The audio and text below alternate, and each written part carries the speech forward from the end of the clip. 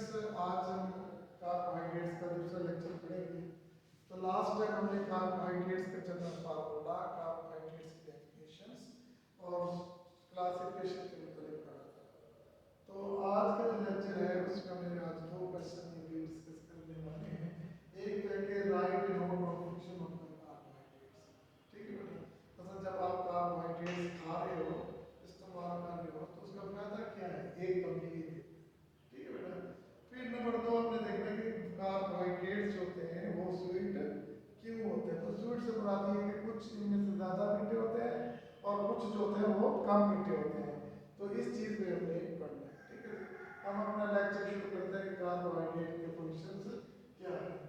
Carbohydrate के function क्या है, पहले तो बेटा याद रखना जो आपके बुक में जो फंक्शन दिए हुए हैं वो 1 2 3 4 और 5 फंक्शन को उसने डिस्कस किया। ये 5 मार्क्स का क्वेश्चन आया था, ठीक है, बोर्ड में, तो आपने ये बहुत इंपॉर्टेंट है।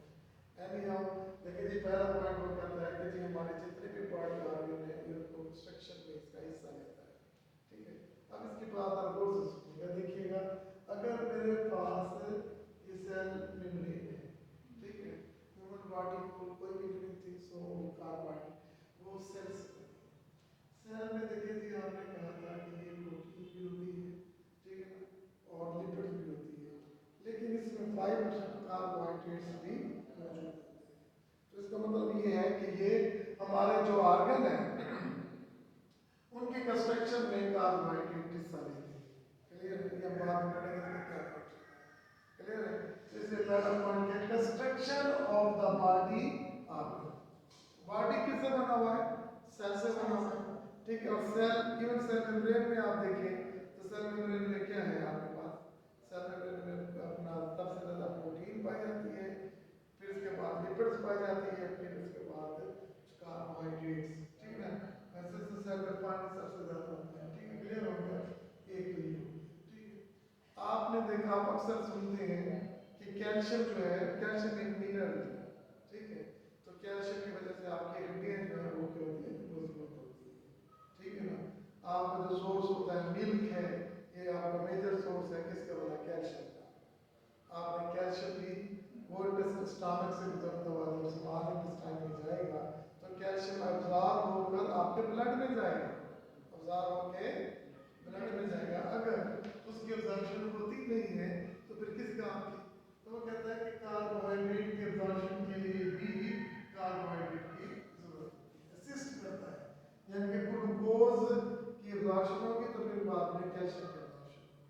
तो इसका मतलब है कैल्शियम की अब्जॉर्प्शन को असिस्ट करता है कौन वाला, कार्बोहाइड्रेट। अगर आपके फूड में कार्बोहाइड्रेट नहीं होंगी और आप कैल्शियम लेते हैं तो कैल्शियम भी अब्जॉर्ब नहीं होगा। इसके लिए ठीक है, दो फायदे हो गए ना भैया, एक है कंस्ट्रक्शन ऑफ द बॉडी और दूसरा क्या है आपके कैल्शियम की अब्जॉर्प्शन। ठीक है, कैल्शियम का पता क्या है, एक मिनरल्स है और ये मिनरल्स की वजह से बोन बनती है, स्ट्रॉन्ग। आपने अक्सर सुना होगा कि इस सब को टचन का नहीं तो कोलेस्ट्रॉल कम होता है, हार्ट पेशेंट को डॉक्टर रिकमेंड भी कर देते हैं। ठीक है, अब इस सब को कोलेस्ट्रॉल का होता है क्या होता है, कार्बोहाइड्रेट्स होते हैं। तो वो किस लिए होता है, वो कहते हैं कोलेस्ट्रॉल को कम करने के लिए। तो ये देखिए कोलेस्ट्रॉल में तो एक ऑर्गेनिक कंपाउंड ही है ना, ठीक है ना। तो लेकिन अगर ये इसलिए डेंजरस होता है कि इसकी वजह से ना आर्टरीज ब्लॉक हो जाती हैं, हार्ट अटैक के चांसेस बढ़ जाते हैं। नॉर्मल वैल्यू से ज़्यादा हो जाए तो ये हार्ट डिजीज के चांसेस इससे बढ़ जाते हैं, किससे मिला, कोलेस्ट्रॉल से। तो इसलिए जिन लोगों का कोलेस्ट्रॉल लेवल बढ़ा हुआ हो तो डॉक्टर उसे रिकमेंड करते हैं कोलेस्ट्रॉल को कम करें। जहाँ मेडिसिन है, ठीक है, तो वहाँ पे ये भी है कि जो कार्बोहाइड्रेट्स होती है ये हेल्प करती है कोलेस्ट्रॉल को कम करने। क्लियर है, समझ आ गया। तीन फायदे हो गए, बॉडी कंस्ट्रक्शन हो गया, अब्जॉर्प्शन ऑफ कैल्शियम हो गया, और नंबर 3 कोलेस्ट्रॉल को कम करना है। ठीक है बेटा, इसके बाद आप क्या करते हैं, देखिए आपको पता है कि आपका डाइजेस्टिव ट्रैक्ट, ठीक है, लार्ज इंटेस्टाइन है, लार्ज इंटेस्टाइन में बैक्टीरिया बैठे हुए हैं, बैक्टीरिया मौजूद है। ठीक है, तो ये बैक्टीरिया फ्रेंडली बैक्टीरिया भी होते हैं यहाँ पर। तो ये हमारे जिस तरह B12 पैदा करते हैं, क्या पैदा करते हैं, विटामिन B12 पैदा करते हैं, डाइजेशन में हेल्प करते हैं। तो अब इनको भी तो जिंदा रहने में खुराक चाहिए होती है ना,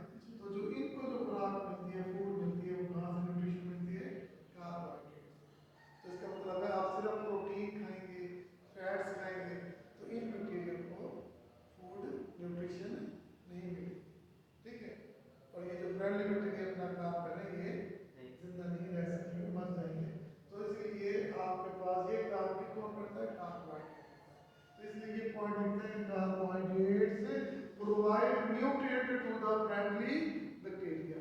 फ्रेंडली बैक्टीरिया को ये न्यूट्रिएंट्स पैदा करते हैं। तो जो ठीक है, क्लियर हो गया। देखो कार्बोहाइड्रेट के चार फंक्शन हो गए, कंस्ट्रक्शन ऑफ द बॉडी, ठीक है ना, ऑर्गन हो गया, फिर क्या है, अब्जॉर्प्शन ऑफ द कैल्शियम हो गया, कोलेस्ट्रॉल लोअरिंग हो गई, और आपके जो फ्रेंडली बैक्टीरिया हैं उनको ये अपना फ्रेंडली बैक्टीरिया को आपके पास न्यूट्रिएंट्स प्रोवाइड करता है। ठीक है, क्लियर हो गई। और इसके बाद आपके पास है कि जी balance of water mineral balance, water mineral balance. देखिए जी, अगर मैं ज़्यादा वाटर ड्रिंक कर लूँगा और डाइवर्ट करूँगा तो मेरा वजन तो ज़ाहिर है कि मुझे यूरिनेशन कमर ज़्यादा होगा और मेरा बॉडी वेट जो है वो नॉर्मल रहेगा। अगर मैं कम पानी इस्तेमाल करूँगा तो यूरिनेशन कमर कम होगा, कम यूरिन पैदा होगा, ठीक है ना। और अगर मैं ज़्यादा पानी पीऊँगा, इसी तरह साल्ट्स हैं, अगर मैं ज़्यादा इस्तेमाल करूँगा तो जो एक्स्ट्रा होंगे वो एक्सक्रीट आउट हो जाएंगे। क्लियर हो गया ना। तो इसका मतलब है हमारे जिस्म में कोई चीज़ तो है ना जो वाटर और मिनरल का एक बैलेंस करती है, वाटर और मिनरल का बैलेंस करती है, और ये बैलेंस हमें बहुत ज़रूरी होता है। बच्चे ठीक है, समझ आ गया ना। तो इस वाटर और मिनरल को बैलेंस करने के लिए भी जो चीज़ की ज़रूरत होती है वो क्या होती है, कार्बोहाइड्रेट, ठीक है ना। तो इसलिए लिखा है balance the water mineral balance. Clear हो गया। तो ये पांच आपकी ये जो चीज़ें होगी, construction of the organ, absorption of the calcium, lowering of the cholesterol, nutrition to the bacteria, friendly bacteria, and balance the water mineral balance। ठीक है, क्लियर हो गया। चाहिए अब इसके बाद अगला सवाल आता है कि आप जो कार्बोहाइड्रेट, देखिए कार्बोहाइड्रेट कितनी किस्म के हैं। देखिए आपके पास ग्लूकोज है, ये कार्बोहाइड्रेट है, फ्रक्टोज है, लैक्टोज है, ठीक है, सुक्रोज है जो चीनी खाते हैं, इवन कि जो आप स्टार्च खाते हैं, जो गंदम जो होती है, तो गंदम का टेस्ट कह सकता है, स्वीट होता है कि नहीं होता, नहीं होता। आपने स्टार्च लिया, उसका जायका मीठा होता है कि नहीं होता, नहीं होता ना। स्टार्च मीठी नहीं होती क्योंकि वो पॉलीसैकेराइड है। वो क्या है, पॉलीसैकेराइड है। सेलुलोज, कॉटन ले लें, आपके पास ये जो चेयर है ये ले लें, क्या आप समझते हैं कि ये स्वीट है? नहीं। क्यों स्वीट नहीं है? क्योंकि ये पॉलीसैकेराइड है। अब आज के मुकाबले में आपके पास क्या है, ग्लूकोज है, फ्रक्टोज है, माल्टोज है, ये sweet in taste, sweet in, even आप मिल्क ले लें तो वो भी स्वीट इन टेस्ट होता है अगर आप थोड़ा सा टेस्ट करें तो, इसके लिए। तो ये बेटा बात ये है कि अब इसका मतलब है कि भाई सेलुलोज कार्बोहाइड्रेट है, तो ये तो टेस्टलेस है। आपके पास हनी है, हनी स्वीट होती है, ठीक है, तो इसके भी वो भी कार्बोहाइड्रेट है। तो एक सिंपल सा फार्मूला उसने बताया, क्या है स्वीटनेस का, क्या है, सिंपल सा फार्मूला बताया। वो फार्मूला ये है कि जिस कार्बोहाइड्रेट का मॉलिक्यूलर वेट ज्यादा होगा, जिस कार्बोहाइड्रेट का मॉलिक्यूलर वेट ज्यादा होगा वो टेस्टलेस होंगे, कम मीठे होंगे, मीठे होंगे ही नहीं। और जिनका मॉलिक्यूलर वेट कम होगा वो उतने ज्यादा स्वीट होंगे। तो इसलिए कहा सिंपल फार्मूला है कि कार्बोहाइड्रेट जिनका मॉलिक्यूलर वेट क्या होगा, कम होगा, उसकी स्वीटनेस क्या होगी, ज्यादा होगी। और जिनका मॉलिक्यूलर वेट क्या होगा, ज्यादा होगा, तो उनकी स्वीटनेस क्या होगी, कम। उनकी स्वीटनेस क्या होगी, कम। वैसे समझ आ गया ना। इस बुक में एक लफ्ज लिखा हुआ है, आपके पास राइपन फ्रूट है, मतलब जैसे आपके कोई अमरूद है, कोई भी फ्रूट है, बनाना है, अगर वो अनराइपन है और राइपन है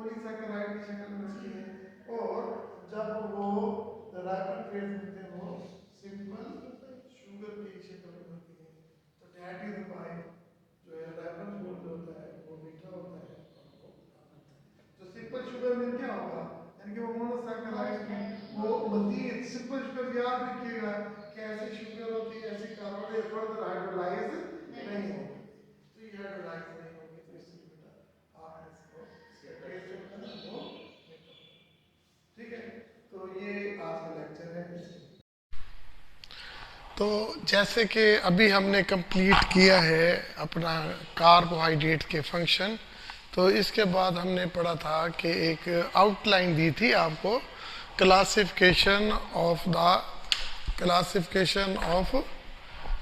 अपना कार्बोहाइड्रेट्स का, ठीक है। तो हमने कहा था कि जी इसे हमने कार्बोहाइड्रेट्स को मोनोसैकेराइड, डाइसैकेराइड, ओलिगोसैकेराइड और जो है ये पॉलीसैकेराइड्स में हमने क्लासिफाई किया है।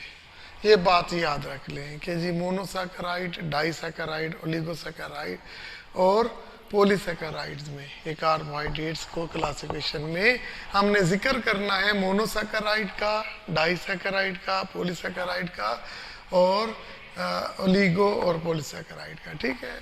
तो हम वन बाय वन इसको डिस्कस करते हैं। वन बाय वन डिस्कस करने से देखिए जी पहले हमने डिस्कस करना है मोनोसैकेराइड। तो बच्चों आपने ये देखना है कि जी मोनो मीन क्या होता है, वन, और सैकेराइड कहते हैं शुगर को। तो इसका मतलब है कि ऐसी कार्बोहाइड्रेट जो जिसमें सिर्फ और सिर्फ एक ही किस्म का ग्लूकोज हो, एक ही किस्म का शुगर मॉलिक्यूल हो। मतलब ये है कि दे can not be further hydrolysed, ठीक है बेटा, क्लियर हो गया। मोनोसैकेराइड्स का मतलब है कि इनके अंदर एक शुगर होती है, जब एक शुगर होगी तो वो फर्दर हाइड्रोलाइसिस का अमल नहीं होगा, ठीक है। इसी वजह से हम इनको कहते हैं सिंपल शुगर्स। इसका मोनोसैकेराइड का दूसरा नाम क्या होता है बेटा, सिंपल शुगर्स। क्या होता है बेटा, सिंपल शुगर्स, ठीक है। इन्हें हम सिंपल शुगर्स भी कहते हैं, क्लियर है। अब देखें हमने पहले भी बताया कि हर चीज़ के करैक्टरिस्टिक्स होते हैं। आपके पास जो मोनोसैकेराइड है इनके भी कुछ करैक्टरिस्टिक्स होते हैं। मसलन जैसे आप मार्केट से ग्लूकोज, रफान का ग्लूकोज ले लें, ठीक है जी। अब ग्लूकोज में देखिए जी वाइट क्रिस्टलाइन शेप का होगा, हमने फिजिकल प्रॉपर्टीज पढ़ी हुई हैं। अब देखिए इस ग्लूकोज को अगर मैं ये ग्लूकोज है मेरे पास, ये मेरे पास ग्लूकोज है, मैं इसको एक बीकर में डालता हूँ तो ये पानी में हल हो जाएगा, ये सारा पानी में हल हो जाएगा, ठीक है, क्लियर है। तो इसका मतलब क्या हुआ कि जितने भी मोनोसैकेराइड्स होते हैं ये वाटर सॉल्युबल होते हैं। क्या होते हैं, generally they are water soluble, तो ये वाटर सॉल्युबल होते हैं, ठीक है ना। अब देखो ये ग्लूकोज मॉलिक्यूल था, ठीक है, ये ग्लूकोज मॉलिक्यूल है। आपने इसको टेस्ट करना है, आपने इसको टेस्ट करना है। तो जैसे आप इसको टेस्ट करेंगे तो इसका टेस्ट जो होगा वो स्वीट होगा। तो इसलिए इसकी एक और प्रॉपर्टीज हो गई कि जी भी जितने भी मोनोसैकेराइड्स होते हैं they are sweet in taste, ये स्वीट इन टेस्ट होते हैं। मोनोसैकेराइड क्या होते हैं, they are sweet in taste, ये जब आप इनका जायका करेंगे, ठीक है। और हमने ये भी कहा क्योंकि ये सिंपल शुगर होते हैं तो इसलिए ये फर्दर हाइड्रोलाइज नहीं हो सकते, ये दूसरी प्रॉपर्टीज हो गई, ठीक है। फिर हमने इसे पानी में जब डाला था तो पानी में क्या हो गए, हल हो गए। तो हम कहते हैं कि मोनोसैकेराइड्स आर वाटर सॉल्युबल, तो ये वाटर सॉल्युबल, क्लियर। अच्छा अगर हम इसको फर्दर इनके अंदर देखें कि आपके पास मोनोसैकेराइड है, ठीक है, मोनोसैकेराइड्स है, ठीक है। किसी मोनोसैकेराइड्स में जो होगा एल्डिहाइड फंक्शनल ग्रुप होगा और किसी के अंदर जो है वो जो है कीटोन फंक्शनल ग्रुप होगा। तो ये याद रखिएगा, ये नहीं हो सकता कि एक ही कार्बोहाइड्रेट में एट ए टाइम अपना एल्डिहाइड का फंक्शनल ग्रुप भी हो और कीटोन का भी हो। जो किसी में आपके पास एल्डिहाइड का होगा ग्रुप और किसी में क्या होगा, ketone group, functional group ketone होगा, ठीक है। तो अब फिर देखें, अब इन शॉर्ट हम कह सकते हैं कि मोनोसैकेराइड की 4 करैक्टरिस्टिक्स होते हैं, ठीक है जी। Number 1, they can not be hydrolyse, ये हाइड्रोलाइज नहीं हो सकते, ठीक है, फर्दर हाइड्रोलाइज होते हैं। ये स्वीट इन टेस्ट होते हैं बेटा और वाटर सॉल्युबल होते हैं। और हमने कहा कि इनके अंदर 2 फंक्शनल ग्रुप होते हैं। एक फंक्शनल ग्रुप देखिए ये आपके पास एल्डिहाइड है और एक फंक्शनल ग्रुप क्या है, कीटोन है। एल्डिहाइड को हम CHO से भी ये रिप्रेजेंट करते हैं, और कीटोन ग्रुप को हमने करना है किससे, सी। देखिए ये कार्बोनाइल ग्रुप है, दोनों तरफ से ये A के साथ लगा होता है, ठीक है। अब इसके बाद जब हम बात करते हैं कि मोनोसैकेराइड्स को मज़ीद हम एक्सप्लेन करेंगे, मज़ीद एक्सप्लेनेशन में क्या करना होगा, हम देखेंगे कि जी आपके पास जो कार्बोहाइड्रेट्स हैं इसको फर्दर क्लासीफाई करेंगे, फर्दर क्लासिफिकेशन करेंगे, किसके भला, मोनोसैकेराइड्स की, ठीक है बेटा। अब देखिए आपके पास मैंने पहले कहा कि जो इसकी क्लासिफिकेशन होगी वो किस पे बेस करेगी, फंक्शनल ग्रुप के ऊपर। अगर किसी मोनोसैकेराइड में फंक्शनल ग्रुप एल्डिहाइड होगा तो उसे हम कहेंगे एल्डोज, उसे क्या बोलेंगे, एल्डोज। Is clear. और इसी तरह अगर किसी कार्बोहाइड्रेट में फंक्शनल ग्रुप कीटोन होगा, ठीक है, कीटो ग्रुप होगा, कीटोन ग्रुप होगा, तो हम उस कार्बोहाइड्रेट को कहेंगे कीटोज कहेंगे। मेरे बच्चे समझ आई है, इसे हम क्या कहेंगे, कीटोज कहेंगे। क्लियर है। अब हमें 1 बाय 1 डिस्कस करना है। मेरे बच्चों याद रखना, जब भी हम कोई बात करते हैं तो हम उसकी एग्जाम्पल भी लाजमी देते हैं, ठीक है, उसकी क्या देते हैं, एग्जाम्पल लाजमी देते हैं, ठीक है। देखिए आपने जब भी मोनोसैकेराइड्स का जिक्र करना है तो इसमें आपने कुछ एग्जाम्पल देनी है। तो सबसे बड़ी जो ज़्यादा एग्जाम्पल आएगी वो होगी ग्लूकोज। क्या होगी, ग्लूकोज। ग्लूकोज का स्ट्रक्चर तो हमने पढ़ा ही है ना, ठीक है, ग्लूकोज है। तो ग्लूकोज क्या है, बेसिकली एक एल्डोज है, ठीक है। इसके बाद हमारे पास क्या होगा, एग्जाम्पल मेन है वो है फ्रक्टोज। क्या है, फ्रक्टोज। ये भी हमने कई दफ़ा नाम सुना हुआ है कि ये भी मोनोसैकेराइड्स है, ठीक है। और एक हम एग्जाम्पल सुनते रहते हैं गैलेक्टोज, ये भी एक मोनोसैकेराइड है, ठीक है। इसके अलावा भी कुछ और एग्जाम्पल्स हैं जिन्हें हम अभी पढ़ते हैं। तो फिलहाल हमने देखिए ये एल्डोज लिखा है, एल्डोज। क्लियर। तो एल्डोज की फंक्शन क्या होगी, तो हम कहेंगे aldose are carbohydrates in the functional group is aldehyde. हमने एग्जांपल की है ग्लूकोज को। आपने ग्लूकोज का लफ्ज कई दफ़ा सुना हुआ है, ठीक है मेरे बच्चों। तो जब हम अब ग्लूकोज के ना कुछ करेक्टरिस्टिक्स हैं कि जी अब सिर्फ ये देख, अब ये तो पता है कि ग्लूकोज एक कार्बोहाइड्रेट है, हमें ये भी पता है कि ग्लूकोज जो होता है अगर आप इसे वाटर में डालेंगे तो सॉल्युबल हो जाएगा, आपको पता है ये स्वीट इन टेस्ट होता है। ज़रा कुछ इसके मुतल्लिक और देखते हैं कि ये पाया कहाँ जाता है।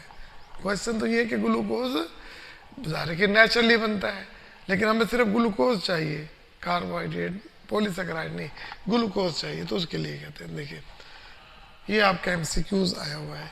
ग्लूकोज का दूसरा नाम होता है इसे ग्रेप शुगर, क्योंकि अंगूरों में पाए जाते हैं, ग्रेप्स में पाए जाते हैं, तो इसे हम कहते हैं ग्रेप शुगर कहते हैं। और ये वाइडली डिस्ट्रीब्यूटेड है क्योंकि फोटोसिंथेसिस में आपने देखा था कार्बन डाइऑक्साइड वाटर मिलकर सनलाइट की मौजूदगी में C6H12O6 प्लस ऑक्सीजन बनाते हैं, प्लस ऑक्सीजन बनाते हैं। तो ये है जी ग्लूकोज। तो इसलिए फोटोसिंथेसिस का अमल तो तमाम पौधों में हर वक्त हो रहा है, तो इसलिए ये वाइडली डिस्ट्रीब्यूटेड है, ठीक है, किसके लिए। तो अब पहला पॉइंट आपको डिस्कस हो गया। तो अब इसके अलावा इसके सोर्सेज भी होते हैं। देखिए आपके पास डाइसैकेराइड है, डाइसैकेराइड की दो एग्जांपल है, माल्टोज लैक्टोज और एक जो है सक्रोज है, ठीक है। माल्टोज में दोनों ग्लूकोज दोनों मॉलिक्यूल क्या होते हैं, डाइसैकेराइड है ना, ये दोनों ग्लूकोज होते हैं। लैक्टोज में एक ग्लूकोज और एक गैलेक्टोज होता है, ठीक है, क्लियर। तो अगर हम माल्टोज को हाइड्रोलाइज कर देंगे तो हमें ग्लूकोज मिलेगा, हमें अगर लैक्टोज को हाइड्रोलाइज कर देंगे तो हमें ग्लूकोज मिल जाएगा। तो इसका एक सोर्स तो ये है डाइसैकेराइड, क्योंकि ये डाइसैकेराइड्स में अपने दूसरे मोनोसैकेराइड के साथ मिलके पाया जाता है। और पॉलीसैकेराइड में तो जैसे बहुत सारे हैं, जैसे आपके पास एक एग्जांपल है स्टार्च की, ठीक है।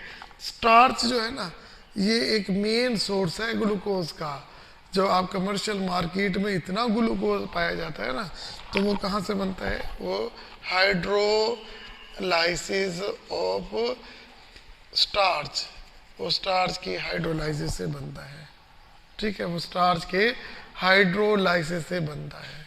इस क्लियर। और नेक्स्ट में अगर हम देखते हैं, चलिए और कुछ देखते हैं कि क्या इंसानों में भी ग्लूकोज पाई जाती है। यस, आपके जो ब्लड है उसमें ग्लूकोज पाई जाती है। आपका जो सेल है मेनली जो एनर्जी हासिल करता है वो ग्लूकोज से हासिल करता है, ठीक है। क्लियर हो गया। तो मेरा क्वेश्चन क्या है कि इन ह्यूमन बॉडी क्या ग्लूकोज पाया जाता है?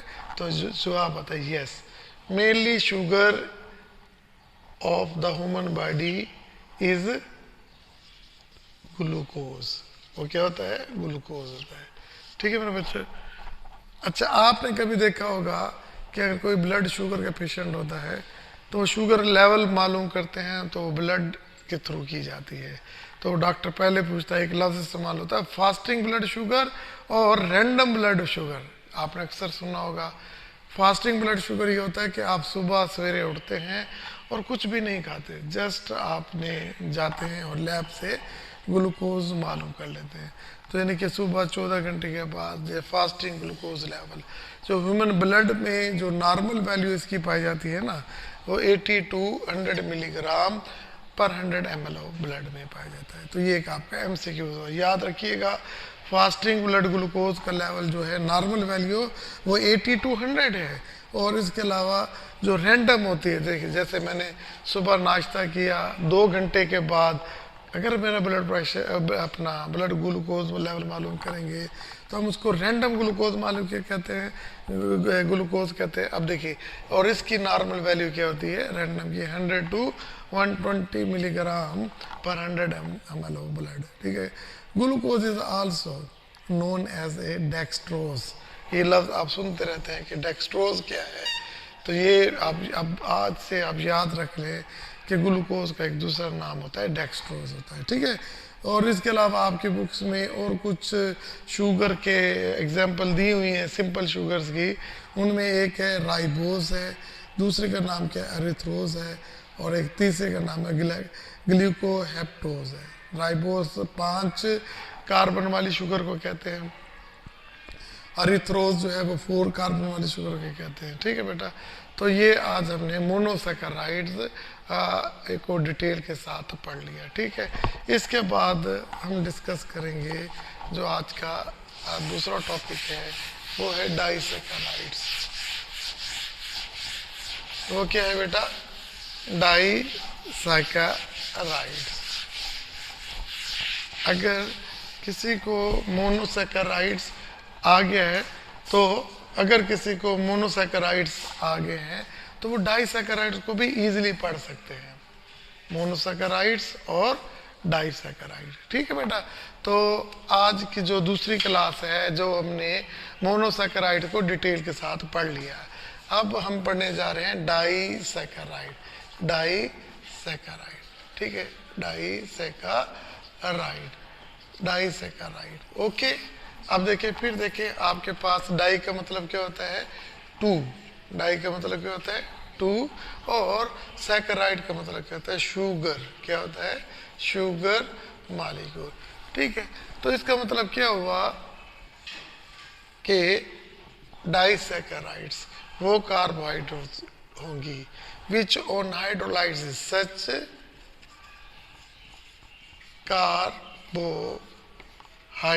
carbohydrate which on hydrolysis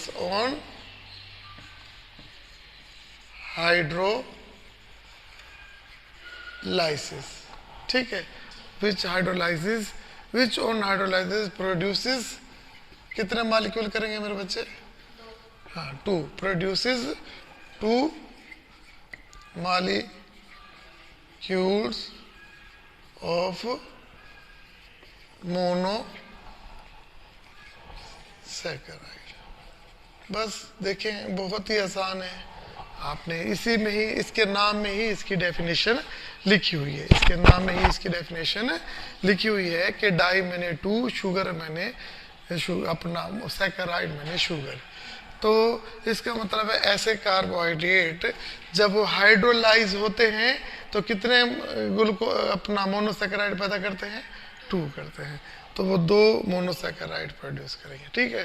तो अब उसी तरह जैसे हमने मोनोसैकेराइड का डिस्कस किया था ना, तो इसको भी उसी तरह डिस्कस करेंगे कि इसके क्या करैक्टरिस्टिक्स होते हैं, इसके क्या करैक्टरिस्टिक्स होते हैं, ठीक है, क्लियर।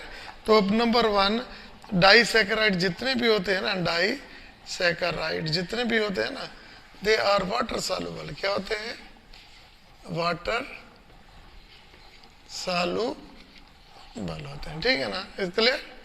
तो और अगर हम इसका टेस्ट देखेंगे तो जाहिर है कि जो कार्बोहाइड्रेट्स है तो इसका टेस्ट देखेंगे, तो ये they are also sweet in taste. They are क्या होते हैं जी? हाँ, स्वीट इन टेस्ट होते हैं। इनका टेस्ट जो होता है ना, वो क्या होता है? मीठा होता है। क्लियर हो गया। लेकिन ये मोनोसैकेराइड की निस्बत जो होते हैं, ये क्या होते हैं? कम मीठे होते हैं। मोनोसैकेराइड की निस्बत क्या होते हैं? ये कम मीठे होते हैं। मेरे बच्चे समझ आ गए ना। ये भी वाइट क्रिस्टलाइंस होते हैं, ठीक है। अब हम इसकी एग्जांपल्स पढ़ेंगे। देखिए,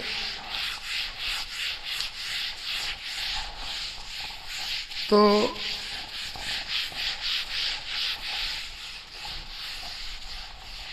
ठीक है बेटा, अब हमने सबसे पहले इसके एग्जांपल में आपके पास जो आ जाता है ना,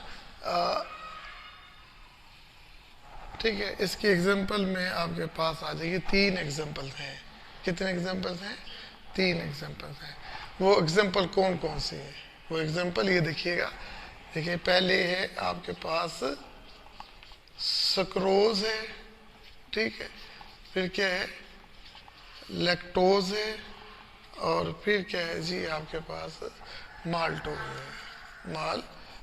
है। ये बड़ी अच्छी बात है कि जी मोनोसैकेराइड की भी 3 मेन किस्में आती हैं, एग्जांपल दी हैं। तो जब भी आपने डाइसैकेराइड का जिक्र करना है तो आपने ये 3 एग्जांपल यही देनी है। कौन कौन सी?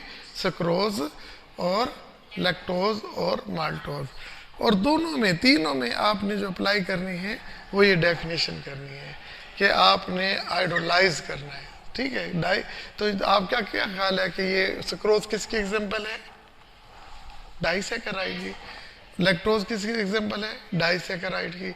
और माल्टोज भी जो है वो डाइसैकेराइड की एग्जांपल है। तो इसका मतलब है जब ये हाइड्रोलाइज होगा तो कितने मोनोसैकेराइड प्रोड्यूस होंगे? 2। और ये जब हाइड्रोलाइज होंगे तो कितने होंगे? 2। और जब ये हाइड्रोलाइज होंगे भी तो ये भी कितने मोनोसैकेराइड करेंगे? 2 करेंगे। मेरे बच्चे समझ आ गई है। तो अब आपने ये याद रखना है कि सक्रोज जब भी हाइड्रोलाइज होगा तो वो देगा ग्लूकोज। क्या देगा? ग्लूकोज, ठीक है। और साथ में क्या होगा? फ्रक्टोज। ये हर पेपर में इनमें से 1 नंबर का MCQ लाजमी आता है।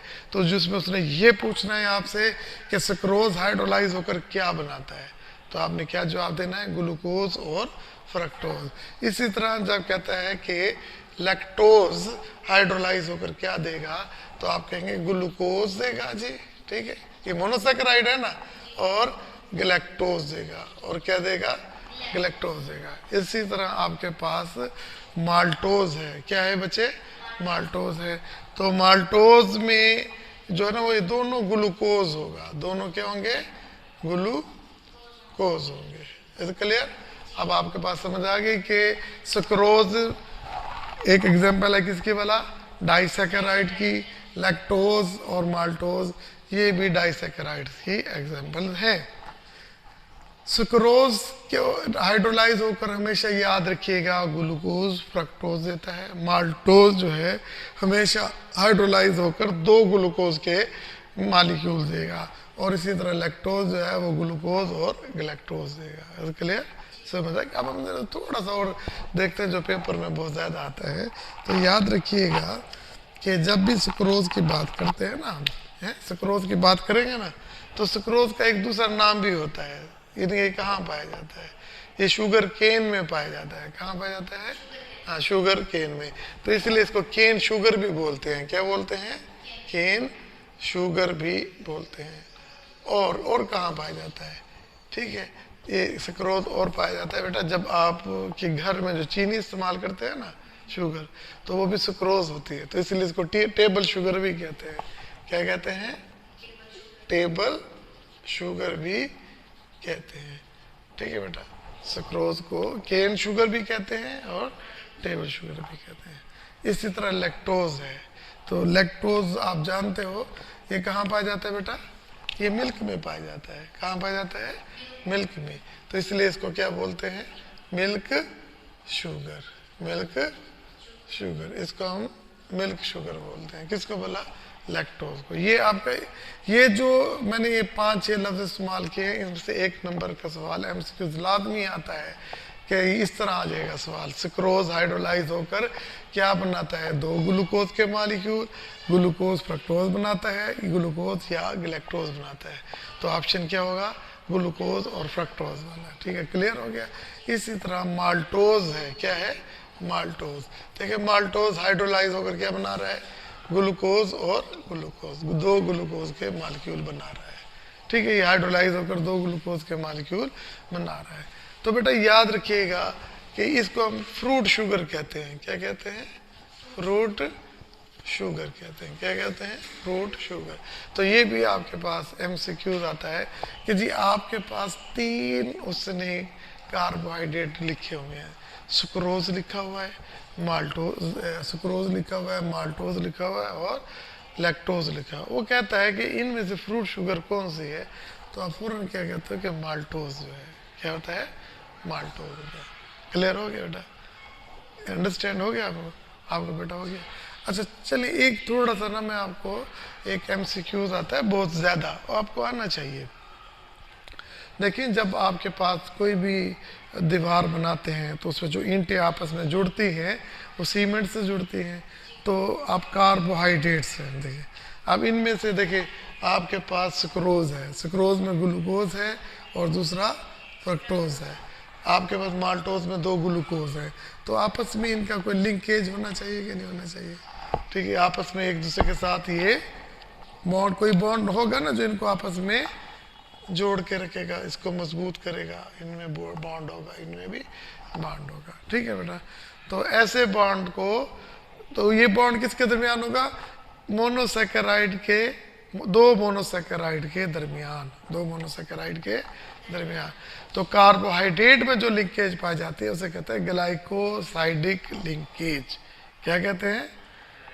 Glycosidic, glycosidic linkage. कोई पूछ लेता है कि ग्लाइकोसाइडिक लिंकेज क्या होती है, तो आप कहते हैं कि एक बॉन्ड होता है, लिंकिंग कैपेसिटी होती है, बॉन्ड होता है, बाइंडिंग फोर्स है, बॉन्ड होता है किसके दरमियान? 2 मोनोसैकेराइड के दरमियान।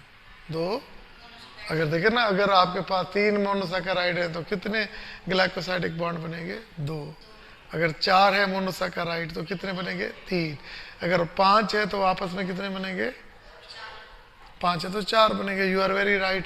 चलिए हम जरा थोड़ा सा इसको भी देख लेते हैं कि बहरहाल ये इस टॉपिक में तो है नहीं, लेकिन आपको समझना बहुत ज़रूरी है। आपका समझना ये बहुत ज़रूरी है। ठीक है, तो मैं अब किस पे जा रहा हूँ? ठीक है, किस पे जा रहा हूँ बेटा? Glycosidic linkage, glyco. चले मैं एक एग्जांपल ले लेता हूँ सुक्रोज में। किसकी? सुक्रोज की। ठीक है, सुक्रोज में क्या होता है? एक ग्लूकोज होता है तो दूसरा क्या होता है? फ्रक्टोज होता है। ठीक है ना बेटा? पहला काम तो आपको ये मालूम होना चाहिए।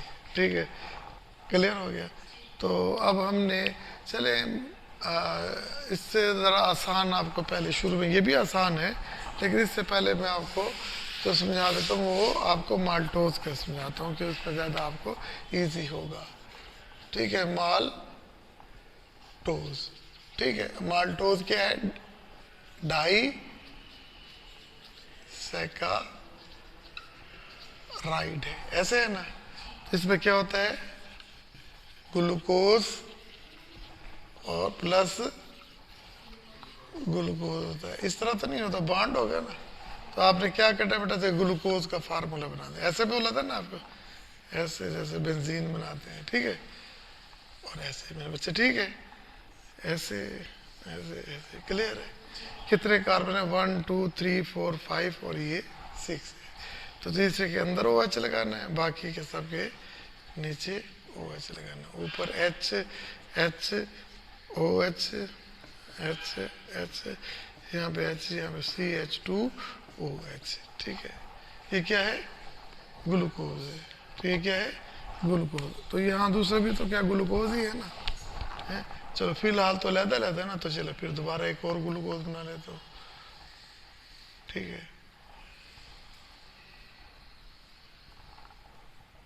ठीक है ना, वैसे एक ग्लूकोज बन गया। ये H O H H O H O H H H H O H और ये एच और CH2OH, क्लियर, समझ आ गई बेटा। ये भी ग्लूकोज और ये भी ग्लूकोज है। अब हमने ग्लाइकोसाइडिक बॉन्ड बनाना है, ग्लाइकोसाइडिक बॉन्ड। तो ग्लाइकोसाइडिक बॉन्ड कैसे बनेगा, ये देखिए, ये OH इसके H से निकल जाएगा, है? निकल जाएगा ना, इस फॉर्म में, वाटर के फॉर्म में, देखिए ना, OH और H मिलके वाटर निकल गया ना, है। तो अब हमने क्या लिखना है, कि जो स्ट्रक्चर हमारे पास जो बनेगा वो इस शक्ल का बन जाएगा। ये मैं चलिए इसे मुख्तसर लिख देता हूँ, बाकी आपको पता है, ठीक है ना। ये देखिए, ये निकल गया ना, तो ये क्या हो गया, ये O हो गया और ये O हो गया, ठीक है।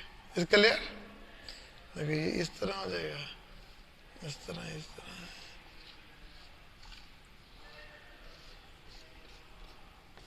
ठीक है, क्लियर, समझ आ गई कि नहीं आ गई, या नहीं आई। देखो बिल्कुल कैसे किया है, ये देखिए, ये एक ब्रिज बन गया है दो के दरमियान। ये देखिए, ये आप प्रैक्टिस करेंगे ना, ये OH ये H वाटर निकल गया और ये, तो ये जो है जगह, ये इस ब्रिज को हम क्या बोलते हैं, ग्लाइकोसाइडिक बॉन्ड। देखिए, दो मोनोसैकेराइड O के थ्रू आपस में एक बॉन्ड बाइंडिंग फोर्स बना लेते हैं, इसको हम कहते हैं ग्लाइकोसाइडिक बॉन्ड कहते हैं, ठीक है। इसे क्लोज करते हैं, ठीक है। इसे क्या कहते हैं, ग्लाइकोसाइडिक बॉन्ड। तो आज के लेक्चर में जो हमने पढ़ा, इस वक्त हमने पढ़ा कि जी मोनोसैकेराइड्स, ठीक है। फिर क्या पढ़ा है, डाइसैकेराइड्स। मोनोसैकेराइड्स में क्या पढ़ा था, मोनोसैकेराइड्स की टाइप्स पढ़ी थी, और उसके बाद क्या पढ़ी थी, इसके बाद क्या पढ़ी थी हमने, मोनोटाइप्स की एग्जाम्पल पढ़ी थी, मोनोटाइप की एग्जाम्पल पढ़ी थी, ठीक है जी। अब इसकी भी थोड़ा सा हमने डाइसैकेराइड्स की भी टाइप्स होती हैं, डाइसैकेराइड्स की भी टाइप्स होती हैं। कितनी टाइप्स होंगी, दो तरह की होगी। कितने टाइप्स के होंगे, हाँ जी, डाइसैकेराइड कितने तरह के होंगे बेटा, दो तरह के। डाइसैकेराइड कितने तरह के होंगे, दो तरह के। देखिए अब ये देखो, ये क्या लिखा है मैंने, डाइसैकेराइड,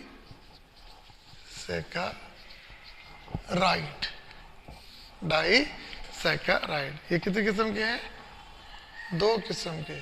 कितने किस्म के हैं, दो किस्म के। एक का नाम क्या है, होमोजीनियस, ठीक है, होमोजीनियस डाइसैकेराइड्स। और दूसरा का नाम क्या होगा, हेट्रोजीनियस। क्या होगा, हेट्रोजीनियस, हेट्रोजीनियस डाइसैकेराइड, क्लियर। अब आपको देखो, होमो मीन क्या होता है, एक जैसे, और जीनियस मैंने एक जैसे। तो इसका मतलब है ऐसे डाइसैकेराइड जो हाइड्रोलाइज होकर एक जैसे मोनोसैकेराइड पैदा करे। देखिए जी, मैक्सिमम कितने मोनोसैकेराइड पैदा कर सकता है, दो। अगर वो दोनों एक जैसे हो, दोनों एक जैसे हो, जैसे एग्जांपल क्या थी मेरे पास, माल्टोज, शाबाश। माल्टोज हाइड्रोलाइज होकर क्या बनाता है, ग्लूकोज और ग्लूकोज। क्यों भाई, ग्लूकोज, ये दोनों एक जैसे हैं कि नहीं है, तो जो एक जैसे हैं तो इसलिए इसको क्या कहते हैं, होमोजीनियस। उसे क्या कहते हैं, होमोजीनियस। कि मेरे बच्चे समझ आ गए, इसे क्या बोलते हैं, होमोजीनियस। और जो दूसरे ऐसे शुगर्स होते हैं जो हाइड्रोलाइज होकर दो मुख्तलिफ मोनोसैकेराइड पैदा करें, तो उसे क्या कहते हैं, हेट्रोजीनियस। उसे क्या कहते हैं, हेट्रोजीनियस। उसे क्या कहते हैं, हेट्रोजीनियस। बस ये चीज़ आपको समझानी थी, आपको समझ आ गई। तो इसकी एग्जांपल क्या होगी, कौन बताएगा? सक्रोज। सक्रोज हाइड्रोलाइज होकर क्या बनती है बेटा? ग्लूकोज और फ्रक्टोज। ग्लूकोज और फ्रक्टोज दोनों क्या है? मोनोसैकेराइड है। दोनों क्या है? मोनोसैकेराइड है, ठीक है। और ये क्या है? सक्रोज हेट्रोजीनियस और ये क्या है? होमोजीनियस। अगर पेपर में कोई एमसीक्यूज आ जाए तो आप इसे आसानी से कर सकते हैं। इसको क्या कर सकते हैं? आसानी से कर सकते हैं। क्लियर हो गया बेटा? तो इसके बाद हमारे पास आ जाता है ओलिगोसैकेराइड्स। क्या आ जाता है? क्या आ जाता है बेटा? ओलिगोसैकेराइड्स। हाँ जी, कौन बताएगा? ओलिगोसाइड जब हाइड्रोलाइज होते हैं तो कितने मोनोसैकेराइड देते हैं? हाँ जी बताए। ओलिगोसैकेराइड।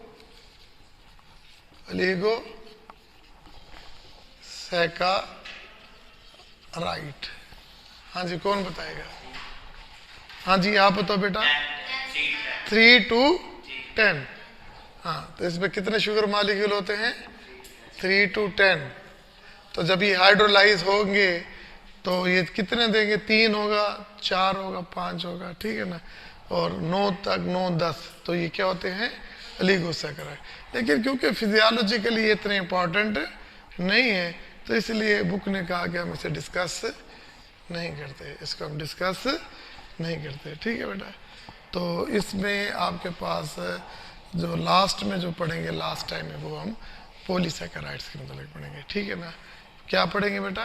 पॉलीसैकेराइड। तो आज हमने मोनोसैकेराइड और डाइसैकेराइड को डिटेल के साथ पढ़ा और इससे पहले हमने फंक्शंस पढ़े थे किसके भला? अपना कार्बोहाइड्रेट्स। क्लियर? Thank you.